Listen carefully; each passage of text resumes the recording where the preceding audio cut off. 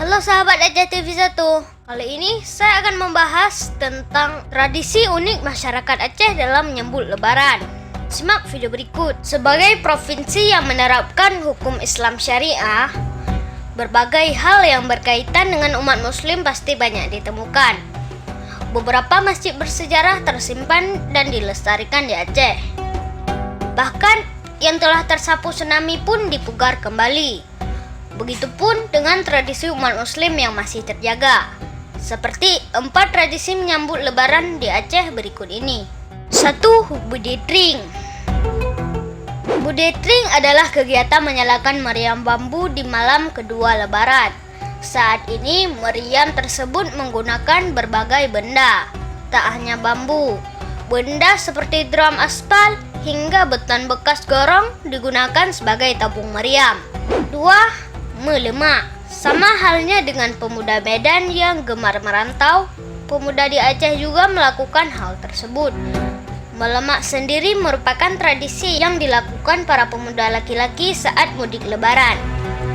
Biasanya mereka berkumpul di balai desa dan menggelar makan bersama pemuda lain yang belum merantau.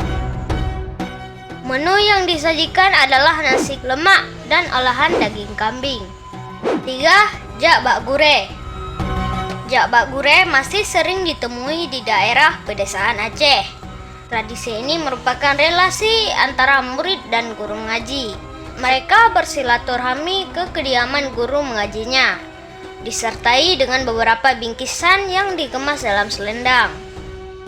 Hal ini dilakukan sebagai bentuk terima kasih pada murid terhadap guru mengajinya. 4. Pawai takbiran.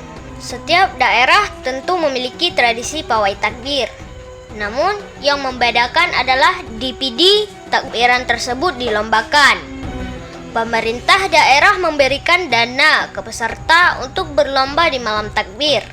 Pemenangnya adalah peserta dengan mobil takbiran terbaik dan peserta takbiran paling meriah.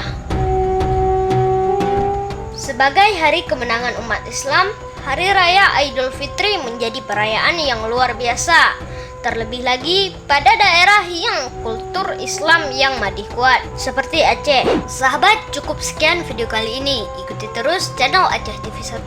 Semoga bermanfaat. Wassalamualaikum warahmatullahi wabarakatuh.